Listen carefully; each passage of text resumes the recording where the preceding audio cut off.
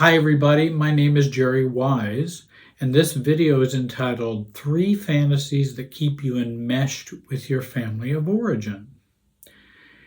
My name is Jerry Wise. I'm a life and relationship coach, and I've been helping people for over 40 years with self-differentiation, codependency, narcissistic issues, and family and marital problems. I want to mention I've got a number of workshops for rent or purchase on my website, Jerry Wise Relationship Systems. And you can also join this YouTube channel for $1.99 a month and support new videos coming out. I also have, but first, this is the news I'm sharing for the first time, about a workshop on July 17th, 2021. It's on a Saturday. Standing Tall as an Adult Child of a Narcissist. And I hope you will join me. You can go to my website and sign up now. And if you sign up now, you'll get the best fee at this time for early bird people signing up for the website. It's a better workshop fee. So I hope you will do that. Many people try to change their behavior and their thinking and how they relate to their families. While changing thoughts and behavior are essential and are important for changing how we function in our families, it's not always the best place to begin. And this video is about fantasies that exist in our emotional life and exist in our perspective. And that what we want to do is change our perspective, which will help us change our thinking and our behavior with our family of origin. Changing perspective is not simply thinking differently or just behaving differently. Changing perspective is about feeling differently, which affects our thinking process. I like Edwin Friedman's statement that perspective is centered in our emotions versus our thoughts. And I think the more mature and the more self-differentiated we become, our perspective is more found in our thoughts, beliefs, principles, values. But while we're still growing up, it finds itself focused in our emotions. Your perspective is a way of feeling, which affects how you are thinking and how you see the world. These fantasies that I'm going to talk about affect so many marriages, so many families, so many workplaces, religious groups, and many other types of relationships. If we hold on to fantasies about our family of origin, this will skew our reality and how we see things. These fantasies have a strong emotional component. They live in our emotional field, and they live within the emotional field within the family. They are often unconscious fantasies, particularly before we've begun doing our recovery work. We often are not even aware of some of these fantasies, and I'll be sharing those with you here in a moment. These fantasies are very powerful in that if the spell or the trance of these fantasies is broken or are broken, we can feel like life is over, or my world will fall apart, or at the very least, I will never get my needs met. And these are powerful pulls inside of us. They can feel so intense that they are equivalent to our existence even. But they are a myth. We believe them with our feelings, but not truly with our logic and with our rational mind. But those feelings do affect how we think. And in fact, I often use the phrase, the situation is hopeless, but not serious. These fantasies are hopeless, but they're not serious because they don't have the devastating effect we think they would have if we let them go.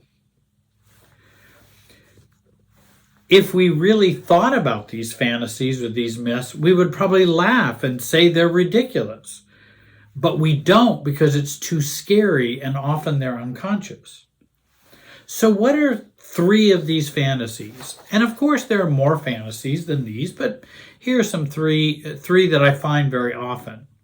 And by the way, this is us as an adult, not us as a child. As an adult, I still believe I'm waiting for my mother, father, or family I have always wanted and needed. And without the love of my parents, siblings, etc., I cannot be happy. That's one fantasy. That's one myth. Number 2, if my family would only love, accept, and care about me, then I will feel loved and accepted and cared about, and I'll have an inner sense of being loved and accepted.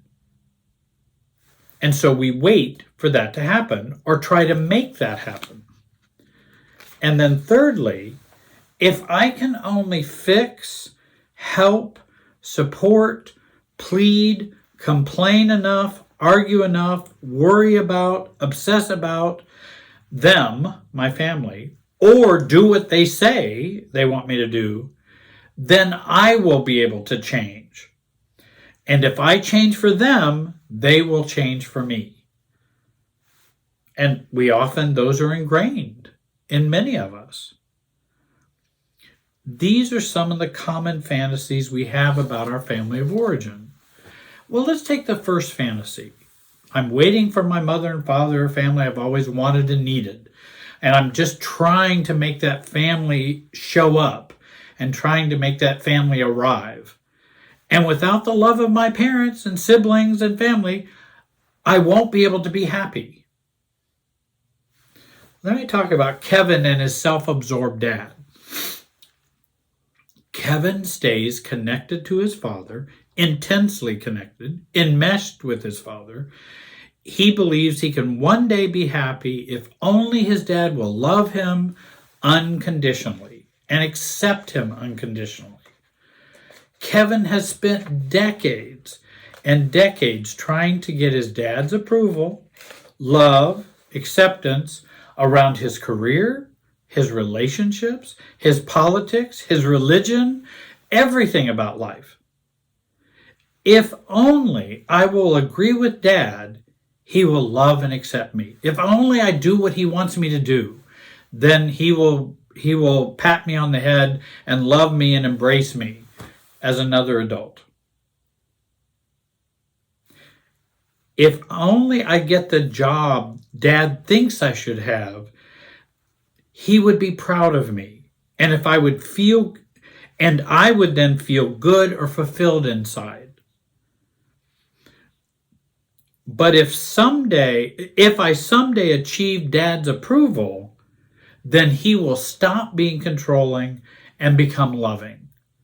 So I must work at getting his approval. Since I see the source of my well-being as in Dad's acceptance, love, approval, then I must keep working to achieve this. If I ever thought I might never get this, I would be devastated, and life would not be worth living. Do you see how the fantasy about his father rules Kevin and keeps him locked in a box? As long as we are pursuing fantasies or myths, and as long as we are pursuing the impossible, the more we will neglect ourselves and becoming who we truly are. And this fantasy will keep us from maturing, from functioning as a whole and healthy adult, and it will be a hindrance to the family system to not mature and not grow up. But we get stuck in that dynamic. And remember, the situation is hopeless, but not serious. The loss of these fantasies are hopeless, but they're not that serious. It's just we've thought they are. Number 2, Fantasy 2. If my family would only love, accept, and care about me, then I will feel self-love, self-esteem, an inner sense of being loved, cared about, and accepted. This fantasy is based on the myth that as an adult, if I get love from others, I will feel loved inside and will love myself. That's not an adult reality or rule. That's a rule for a child. A child needs love from others. A child needs nurturing from others. As adults, that's not how we feel loved, by going out and getting love from everybody. That's not how it works when we're adults. It changes. The rules change when we become adults. And I think that's a whole nother video in itself, how rules change from being a child to being an adult. No longer can you love me enough for me to love myself. You could give me 1,000 tons of love, but that may not change how I feel about me. And oftentimes it doesn't. I have tried that. Many of you have tried that. And you've tried to help, overfunction, give, love, show everything. And it doesn't seem to change their self-esteem or their sense of who they are. Because that's not how it works as adults. It has to work from within. But now we are adults. We are not being parented by other adults. We are now charged with the parenting ourselves, for ourselves. That's probably in my marriage and family therapy training, realizing that's one of the real downfalls of marriages, is there is this mythical hope that my spouse will do all that my family of origin couldn't do. And then we get into conflict, problems, difficulties in the marriage because I'm waiting on you to meet all those needs my family didn't. John never felt loved or accepted growing up. He always felt like a scapegoat of the family, and the family used him to discard all their unwanted feelings, unwanted truths, and dysfunctional relationships. He kept the family in balance by being the scapegoat. He maintains the equilibrium. They have denial and don't want to see things. And so if we scapegoat John, we can keep that balance in our family. From this, he developed the battle to win his family back, or to win their acceptance or goodwill, enough to stop scapegoating him. The problem with ending scapegoating by family members is not with their thinking, but with their emotional perspective, as I mentioned Edwin Friedman talked about. Perspective is emotional. It's not just your thoughts. Because certainly you can go to the family and say, do you see how you're scapegoating me? Let me list the ways. Have you ever done that? And were you ever successful? Because they wouldn't, oftentimes would not hear that. They wouldn't accept it. The reason they wouldn't hear it or accept it, even though it's logical, is because their perspective is down here that they're not aware of. And so it's not going to infiltrate here. And you're trying to infiltrate here, and that won't work. And again, it's not what they're thinking, it's with their emotional perspective, which they are not aware of. John thinks and feels, if only I can take enough blaming, enough rejection, enough guilt or shame, then maybe I'll be seen as a victim and they will have empathy and see, oh, we shouldn't do this to John. And if I change myself enough, then they will see me in a more positive light and end the scapegoating. And then many people want me to help them do that. The only problem is that is a fool's errand. It's not the right map. It's not the right direction to go with regard to scapegoating. Again, the problem is not them seeing you in a negative light. It's deeper than that. It's not them seeing you in a negative light. It's deeper than that. It is them, the family's need to deny, blame, reject, and keep the light off the darkness within the family. Let me say that again. The problem is not them seeing you in a negative light. And that's what everybody thinks. Well, they just see me in a negative light. Why don't they just stop that? Because that's not just the problem. That's the result of the problem. It's deeper than that. It is them feeling the family's need to deny, blame, and reject to keep the light off the darkness within the family. And that's an emotional systems perspective and systems feelings. John believes strongly this is the only family he has. He must resurrect or heal himself through his family. I can only heal if I get them to stop scapegoating me. There's only one path to hope and emotional salvation. Get my family to change. Make them see they are hurting me.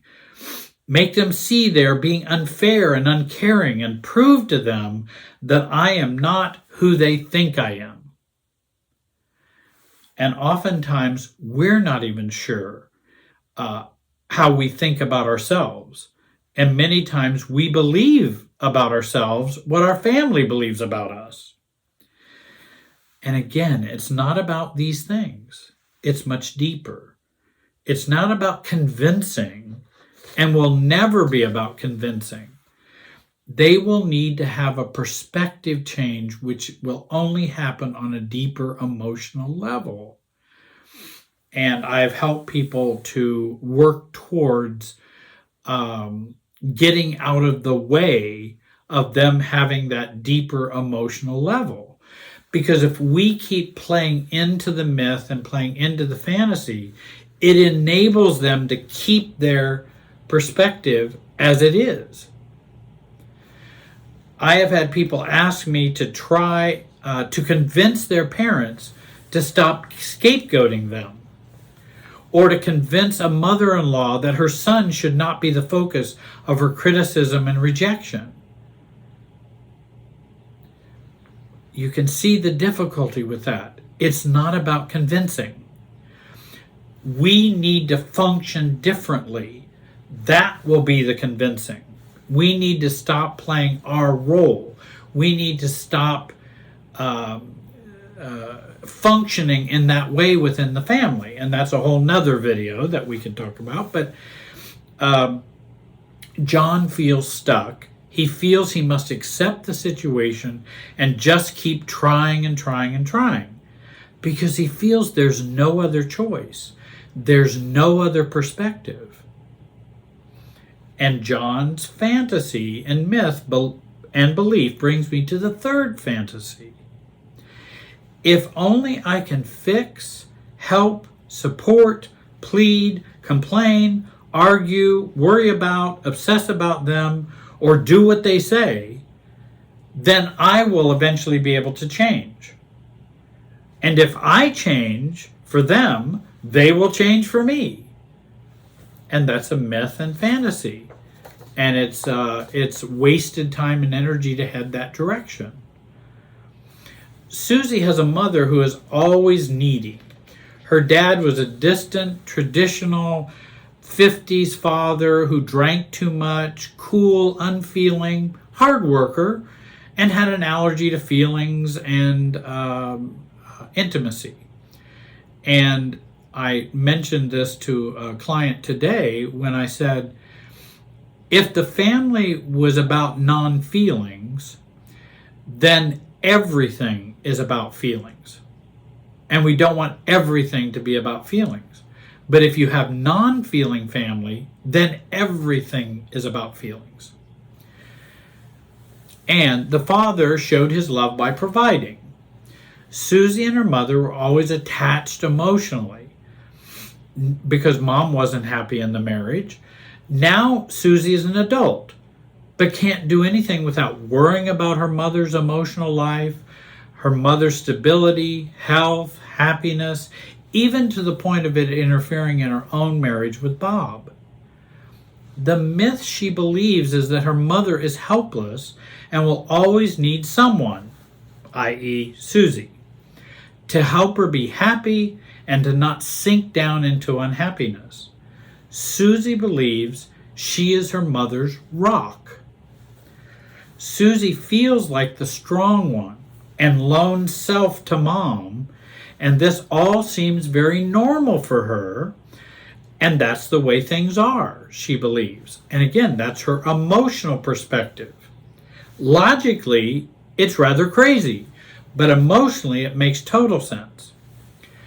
Susie lives the fantasy that Dad may someday change and nurture her mother, or if she thinks, well, he's not going to change, so I'll always have to stay the rock for my mother. She also lives in the fantasy that Mom may someday be happy and not needy, and with her help, Susie's help, the family will be healthier and meet Susie's needs to feel loved, cared for, and nurtured by great parents who are emotionally well. Or she feels guilty that she's supposed to take care of her mother who has learned helplessness, and that if she stays engaged with that, there's no other options. She just has to do it. And one day, Susie believes that she will not have to care for or parent her mother and worry all the time about her mother's emotional well-being, believing that if they change, then Susie can change, and she can change her emotional enmeshment with her mom and her overfunctioning with her mom. So I'm going to keep overfunctioning until Mom starts functioning. That's going to be a problem. You may need to stop overfunctioning first so that Mom can deal with her underfunctioning. If you keep overfunctioning, then you're enabling the underfunctioning. You can't save your mom from a unhappy marriage with her husband. We can't do that. That's their choices that they've made for decades. Again, if they change, then Susie will be able to change and be happy. Nope. Another example of how these family of origin fantasies can work against us. Let's talk about Marianne. Marianne's family of origin are difficult to relate to and are distant and often rejecting of Marianne. The family expects Marianne and her family to visit often and to attend all the holidays. They don't share feelings. They always stay superficial, except when criticizing Marianne.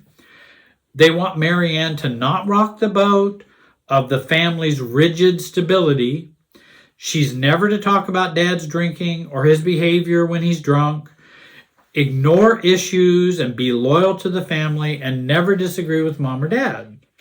And the world outside is to be viewed with suspicion. Marianne has always been strongly connected to her family because there is no detaching or no self-differentiation that's really allowed in the family, and she's not allowed to be her authentic self because that wouldn't fit in the family very well. And so Marianne hides her religious, political, and emotional views and her beliefs, hides her interests and her disinterests. And for example, Dad's incessant ramblings about Formula One racing, which Marianne has no interest in. And she won't ever deal with that or share that with her dad because she would be rejected, criticized, or shamed by him. She can't imagine living without her family as a source of herself and hope that one day it wouldn't be this way. She often feels she must settle for very little in life, very little in love, very little in relationships, and very little in happiness. And she often asks, whenever she challenges those thoughts or beliefs, she often asks, well, what would I do without them? And I'm going, well, what do you do with them? They don't nourish you or support you, but drain you and criticize and shame you. But Marianne believes the myth that without family, she will have nothing and never any happiness or a sense of belonging. And yet she doesn't belong now. And yet she's not happy now. But then she will have nothing if she addresses that or changes that. And the fantasy that if she plays her role, she can negotiate this difficult family and stay connected at a very, very high price. But this is an extremely high price. And is that high price worth it? Are the questions. Let me summarize the three fantasies in a brief way. Happiness only can come through having a happy family of origin. Number 2, I will change only if they change. In other words, I can't be happy unless they make me happy. I can't feel loved or be loved unless they love me. Thirdly, I can only feel really loved when my family chooses to really love me. And then I will feel loved. And if they are nice to me, again, I will change only if they change. If they would be nice to me, then I would be open up to them and be my real self. And we're waiting on that change to happen before we are our real selves. I want to thank you again for joining me today. I hope this discussion was a help for you. Please subscribe to this YouTube channel. There's workshops to look at and workshop coming up on July 17, 2021. Look at my website for that, those topics and what we're going to be discussing. I want to thank you for joining me today. Have a great day and be wise.